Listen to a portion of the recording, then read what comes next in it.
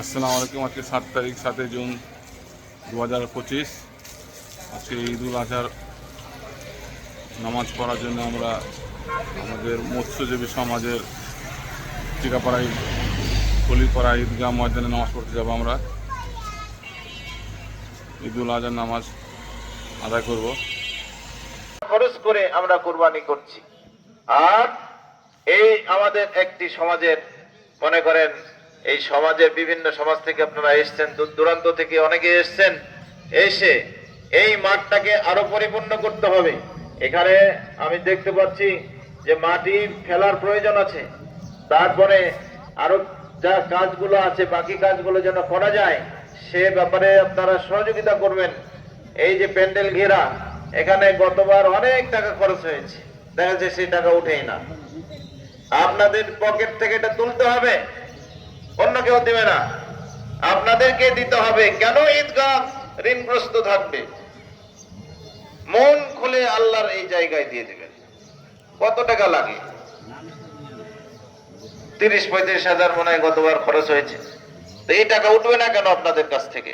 আপনারা বেশি বেশি করে দান করবেন, আল্লাহকে খুশি করার জন্য করবেন। ঈদগাহ ঋণগ্রস্ত থাকবে আর আপনারা টাকা নিয়ে থাকবেন, এটা হয় না। আল্লাহু আকবার, আল্লাহু আকবার, ওয়ালিল্লাহিল হামদ, আল্লাহু আকবার, আল্লাহু আকবার।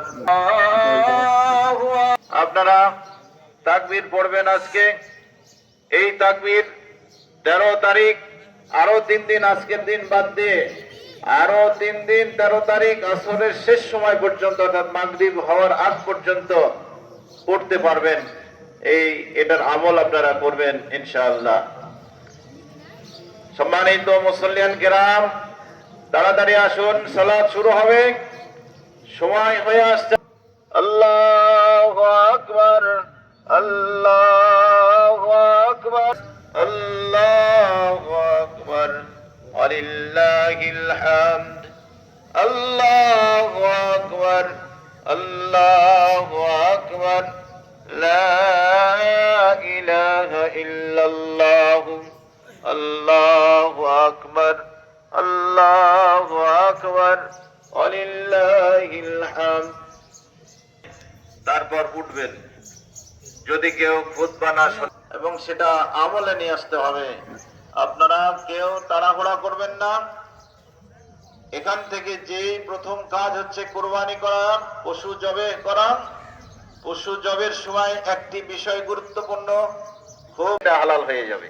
তাই আপনারা এটা বিশেষভাবে খেয়াল রাখবেন, কারণ আমরা মুসলিম মিল্লাত, আমাদের রাসূলের সুন্নাহ, আল্লাহর নির্দেশ অনুযায়ী সবকিছু করতে হবে।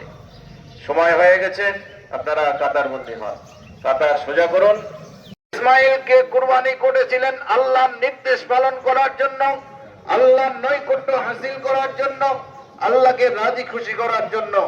সেই উদ্দেশ্যেই আমাদেরকে কুরবানি করতে হবে। আল্লাহর রাসূল সাল্লাল্লাহু আলাইহি সাল্লাম বলছেন, এই কুরবানি হচ্ছে তোমাদের পিতা ইব্রাহিম আলাইহিস সালামের সুন্নাত, যা আমি তোমাদের জন্য অনুমোদন করে দিয়ে গেলাম। তোমরা ইব্রাহিম আলাইহিস সালামের স্মরণে আল্লাহর বিধান অনুযায়ী এই ঈদুল আযহা উদযাপন করবে, কুরবানি করবে। তোমাদের এই বিষয়টা খেয়াল রাখতে হবে। সম্মানিত উপস্থিতি, আমরা আগেই বলেছি, খুব সংক্ষেপে আমরা কথা বলবো, খুতবা দেব। আপনারা ধৈর্যের সাথে একটু বসে থাকবেন, সামান্য একটু সময় দিবেন, আর যে কয়টা কথা বলছি একটু মানার চেষ্টা করবেন, মেনে নিতে হবে। যখন কোরআনের বিধান, আল্লাহ রাসূলের সুন্নাহর কথা শুনবেন, তখন কোনো প্রশ্ন না করে, সেটা নিয়ে কোন রকম কিলোকাল না করে আপনাকে মেনে নিতে হবে। এটাই হলো মুমিনের কাজ। সম্মানিত মুসল্লিয়ান কেরাম, আজকে আমরা এখান থেকে যে প্রথম কাজ, নিজে হাতে কুরবানি করবেন। নিজে হাতে কুরবানি করা সুন্নাত। আল্লাহ রাসূল সাল্লাল্লাহু আলাইহি সাল্লাম শেষ জীবন পর্যন্ত তিনি নিজ হাতে কুরবানি করেছেন। তবে কিছু মানুষ আছেন যারা হয়তো জবে করতে পারেন না, নিতান্তই পারেন না, সেক্ষেত্রে অন্যকে দিয়ে যে কুরবানি করা যাবে না তা নয়। আপনি পাশে দাঁড়িয়ে দোয়াটা পড়বেন, আল্লাহুম্মা তাকাব্বাল মিন্নি ওয়া মিন আহলি বাইতি। যদি একাধিক জনের ভাগ থাকে, অর্থাৎ 7 ভাগের যেটা যে কোরবানিটা হবে সেখানে দোয়া পড়বেন, আল্লাহুম্মা তাকাব্বাল মিন্না ওয়া মিন আহলি বাইতিনা। এই দোয়াটা পড়তে হবে, এটাকে বহুবচন করে পড়তে হবে। একটু আরাম দিয়ে সুন্দরভাবে জবে করবে, কষ্ট না দিয়ে। প্রত্যেকটা ক্ষেত্রে ইসলাম বিধান দিয়েছে পশুকে যতটা কম কষ্ট দিয়ে জবে করা যায় সেটা আপনারা লক্ষ্য রাখবেন। এবং কুরবানি করার পরে কুরবানির মাংস গোস্ত এইটা নিয়ে আমরা পরীক্ষায় পাশ করতে পারি না অনেকে, যে আপনার প্রতিবেশীর মধ্যে ঠিক মতো দিলেন কিনা খেয়াল রাখলেন না। প্রতিবেশীর মধ্যে যারা কুরবানি দেয়নি বিশেষ করে তাদেরকে আগে অগ্রাধিকার দিবেন। যারা কুরবানি দিয়েছে আত্মীয় স্বজন প্রতিবেশী তাদেরকেও দিতে পারবেন, তবে যারা কুরবানি দিতে পারেনি তাদের বাসায়, আপনার প্রতিবেশী খুব নিকটে থাকে, তাদের বাসায় পৌঁছে দেওয়ার চেষ্টা করবেন। একটু খোঁজ খবর রাখতে হবে। আল্লাহ রাসূল সাল্লাল্লাহু আলাইহি সাল্লামের সুন্নাহ এটাই ছিল, তিনি ঘুরে ঘুরে দেখতেন, কুরবানির কাজ হয়ে গেলেই খোঁজ নিতেন কে কুরবানি দিয়েছে, কার বাড়িতে গোশত নাই, কার বাড়িতে রান্না হচ্ছে না, এটা তিনি খেয়াল করতেন।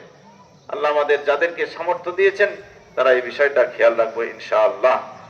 আর আত্মীয় স্বজনের মধ্যে এটাও খেয়াল করতে হবে, যেটা আশেপাশে আত্মীয় স্বজন আছে তাদের বাড়িতে পৌঁছে দিলেন, এইটা হয়তো আজকে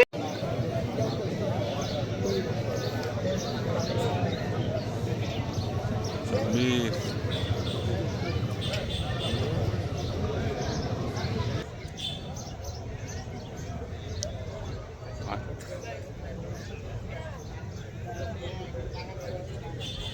চলে যাবি?